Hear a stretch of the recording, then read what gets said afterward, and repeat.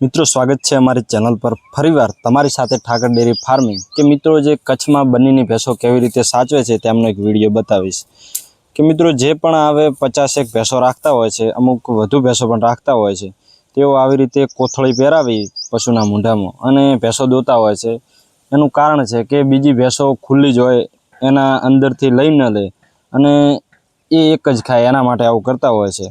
અને બીજી ભેંસો ચરતી હોય છે અને બાજુમાં દોવાનું કાર્ય પણ ચાલતું હોય છે, એવું રીતે રાખતા હોય છે। અને જેટલી પણ ભેંસો રાખે 50-100 એક તો એમાં કરવાવાળા પણ 3-4 જ જણ હોય છે અને એમનું બીજું કોઈ વ્યવસાય જ હોતો નથી, એમના પાસે બધી ભેંસો જ હોય છે।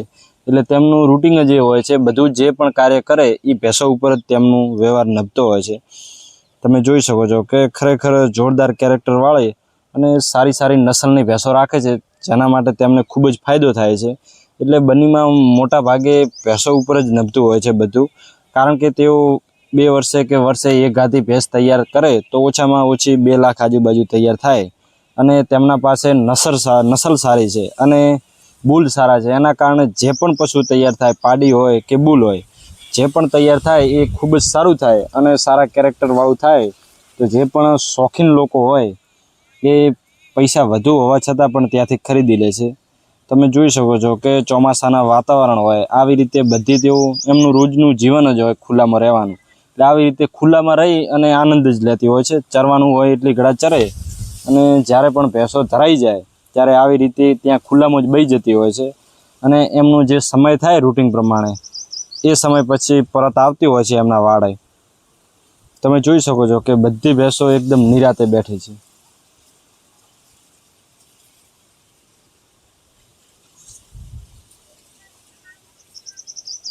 એટલે મિત્રો જેમ ભેંસ ખુલ્લી હશે એમ શાંત થતી જશે, એનું કારણ છે આપણે જેવી રીતે તબેલામાં બાંધીએ તો બધી એક જ જગ્યાએ રહેવાથી એને પસંદ ના આવે અને એમનો સમય થાય ત્યારે ઘણી વખત તળાવના કિનારે પણ જતી હોય છે અને અમુક ભેંસો તળાવના કિનારે જ બેસે, એનું કારણ છે કે ગરમી વધુ પડતી હોય એના કારણે તળાવની બાજુમાં બેવાથી જે પવન ઠંડો આવે એ સારો આવે, એટલે ઘણી ખરી ભેંસો ત્યાં જ ઊભી રહેતી હોય છે। અમુક જે તળાવની અંદર રહેતી હોય છે તે આખો દિવસ ખુલ્લી હોય એટલે તળાવના કિનારે ઘણી ભેંસો ચરતી હોય છે અને ઘણી ખરી આવી રીતે પાણીની અંદર બેસી અને જે બપોરનો સમય હોય એ સમય પસાર કરતી હોય છે। અને જેમ જેમ પાછું બપોર પછીનો જે સમય ઠંડુ આવે એમ ચરવા પણ જતી હોય છે। બાકી બપોરનો જે સમય હોય તે આવી રીતે તળાવમાં પણ વિતાવતી હોય છે। તમે જોઈ શકો છો કે કેટલું મોટું ઝુંડ છે ભેંસોનું અને બધું એકદમ આરામ કરી રહ્યું છે, તેમાં કોઈ ઝઘડવાનું એવું કોઈ થતું જ નથી। અમુક વખતે થાય મોટી ભેંસો હોય તો તમે જોઈ શકો છો કે એક ધણીની કદાચ નથી હોતી, પરંતુ અમુક જે મોટા બ્રીડરો છે તેઓ 100 ઉપરની પણ ભેંસો રાખતા હોય છે અને બધી બીજા ભાઈઓની પણ ભેંસો એકસાથે ચરવા પણ જતી હોય છે અને બધી આવી રીતે તળાવમાં અને અડધી તળાવના કાંઠે બધી આરામ કરે છે બપોરના સમયે અને અમુક ચરતી હોય છે, અમુક ચરે અને અમુક આવી રીતે તળાવમાં પાણી પી અને ઘણી ખરી ભેંસો ત્યાં જ આરામ કરતી હોય છે બપોરના સમયે।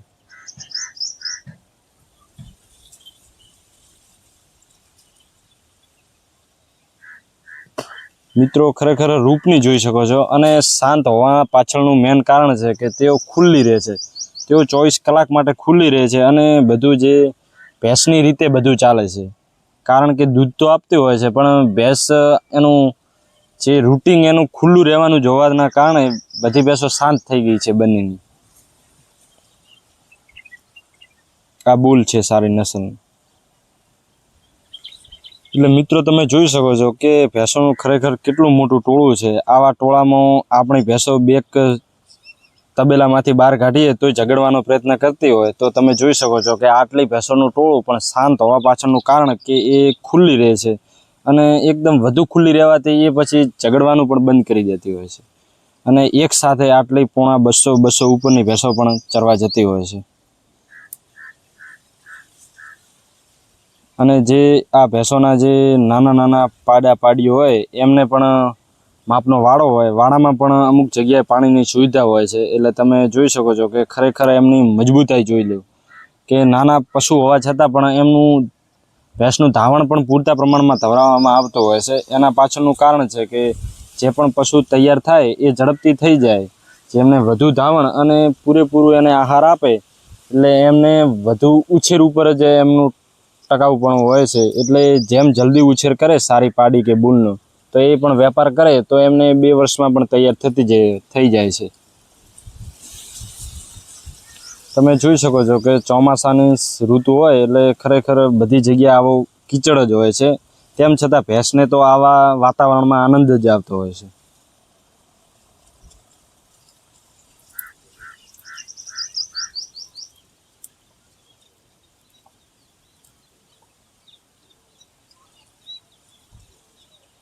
કે તમે જોઈ શકો છો કે ખરેખર ભેંસોનું રૂપ શું કહેવાય.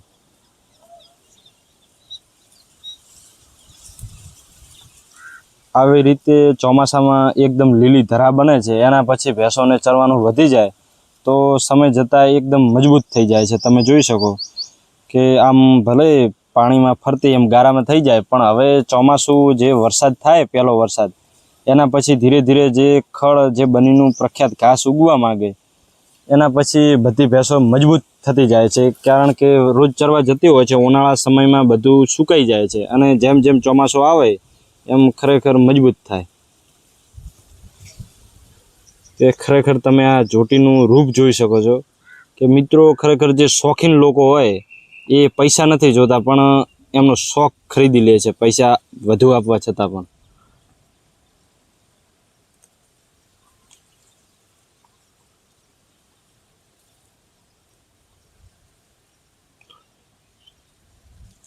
પછી જે એમનો સમય થઈ જાય, જ્યારે દુવાનો સમય થાય કે અમુક વખતે ન છોડે, ત્યારે આવી રીતે બધી એમનો જે માલિક પ્રમાણે વાળો બનાવેલો હોય છે, તમે જોઈ શકો છો કે બધી એવા એમના ખુલ્લી જગ્યામાં એકઠી થઈ જાય છે. અને જ્યારે પણ એમનો સમય થાય ત્યારે એક ભેંસ, જે મેન ભેંસ કહેવામાં આવે, એ ચાલે તો એની પાછળ બધી ભેંસો જતી હોય છે. આમ તમે જોઈ શકો છો કે ખરેખર એકદમ શાંત સ્વભાવ. આવા જે ઘંટવાળી ભેંસો હોય એ પહેલી ચાલે તો એના પછીની જે બીજી ભેંસો હોય એ એના પરથે જતી હોય છે, અને જ્યારે પણ રિટર્ન આ ભેંસ થાય તો બધી ભેંસો એની સાથે પણ પાછી પરત આવતી હોય છે.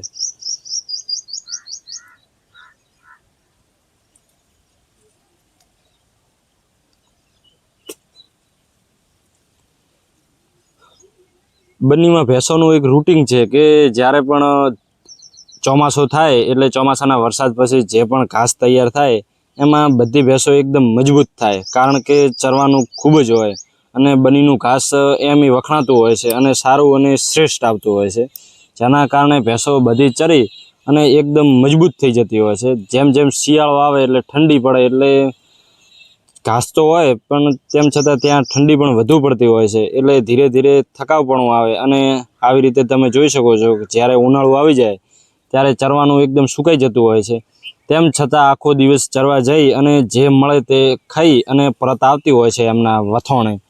એટલે તમે જોઈ શકો છો. અને ફરી પાછો ચોમાસું આવી જાય તો ભેંસો પાછી મજબૂત થવા લાગે છે. તેઓ અમુક જ જગ્યાએ જે ભેંસો દૂધ આપતી હોય છે એમને જ આહાર મૂકતા હોય છે, બાકી કોઈ ગાભણ હોય કે બીજી કોઈને પણ આહાર મૂકતા નથી. આવા ખુલ્લા પટમાં ચરવા જતી હોય છે, જે પણ મળે એ ચરી અને પાછી પરત સાંજે આવતી હોય છે. તમે બુલ જોઈ શકો છો કે ખરેખર બધી રીતે જે એક એમનું વથોણ સારું હોય તો એનું પણ જે પણ પશુ પાકે એ એકદમ મજબૂત અને સારી નસલનું તૈયાર થાય. તમે જોઈ શકો છો કે ખરેખર જોરદાર. હજી ઉંમરનો નાનો છે, પણ જે આવા બુલ હોય સારા કેરેક્ટર અને રૂપવાળા, તો મિત્રો અમુક જે લોકો છે તેઓ પૈસા નથી જોતા, પણ આવો રૂપ જોવે તો પણ પૈસા ખૂબ આપી દેતા હોય છે.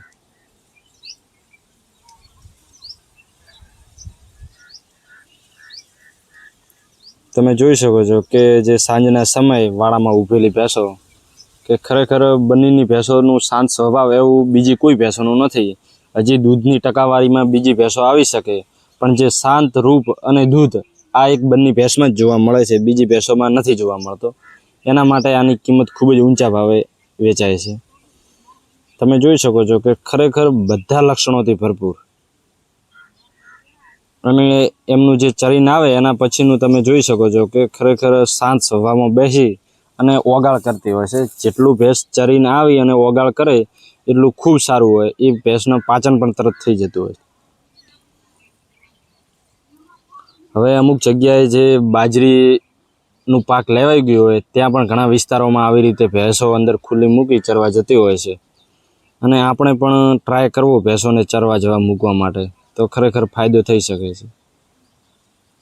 તમે જોઈ શકો છો કે ખરેખર દરેક પશુનું રૂપ જોઈ શકો છો, સિંગ ક્વોલિટી, હાઈટ, કે ખરેખર આ જ છે બની ઊંચી કિંમત જવા પાછળનું કારણ, કે દરેક લક્ષણોથી ભરપૂર અને જે પણ બચ્ચું તૈયાર થાય અને જ્યારે વેતર પર આવે તો દૂધ ભરપૂર આપે અને ખરેખર એનું જે પણ બચ્ચું આવે એ પણ એકદમ શાનદાર અને લૂક ધરાવતું આવે.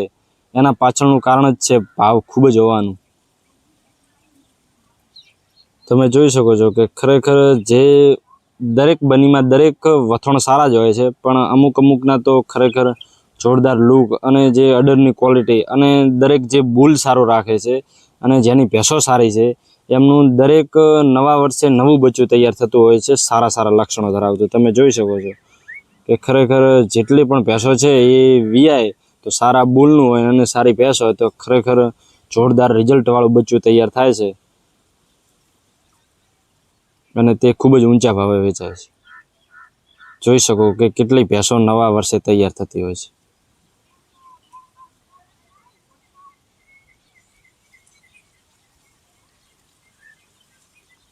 મિત્રો ઘણી ભેંસો ગોળ સિંગ હોય છે અને બનીમાં ઘણી આવા સિંગવાળી પણ ભેંસો જોવા મળતી હોય છે.